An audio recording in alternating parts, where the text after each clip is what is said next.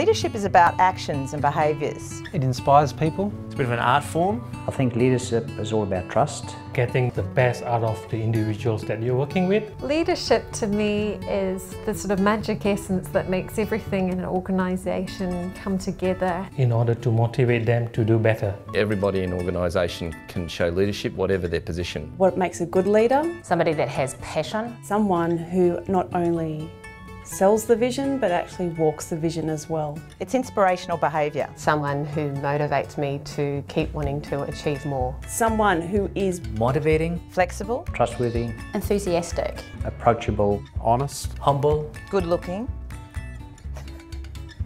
That's a joke. and encouraging.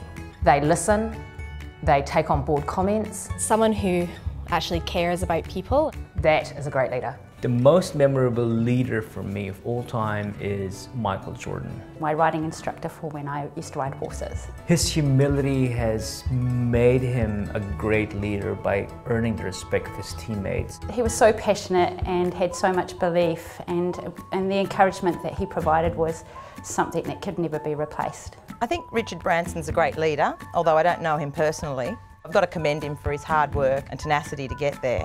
He created an environment where people weren't afraid to take risks and to be themselves and to really challenge the way the business operated every day.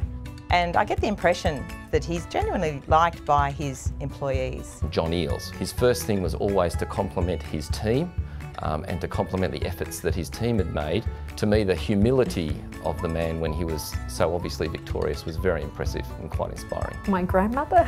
My mum. My dad. My dad, his ability to step back and look at the bigger picture. He's someone who would encourage me to do whatever it was that I felt led to do. Ernest Shackleton, who was an explorer who his ship became shipwrecked in Antarctica. What made him a great leader was that he was always the first to do something, leading by example really. Steve Waugh, fantastic Australian cricket captain, and one of Steve Waugh's quotes was that attitudes are infectious, so is yours worth catching? Probably Nelson Mandela is very high on the list. So yeah, my dad and William Wallace from Braveheart. I think all of these leaders are people who are selfless. He's strong and he's passionate about what he believes in. Well, I remember Nelson Mandela saying something like letting the people be at the forefront for issues and the leaders staying in the background and letting the people do their thing. To perform at my best, the leader's got to know that the opportunities aren't on the surface. I need somebody who can engage with me, who can actually bring out the best in me. Leaders that really sort of empower me, give me a lot of autonomy to get on and do my job. I need a leader who trusts me. It's about how he or she can get the best out of the team. Somebody that's open to looking at innovative ways for doing things. Good leadership, to me, looks like someone who not only sells the vision but walks the vision. I need somebody who can actually lead me into thinking that I perhaps one day can be the leader.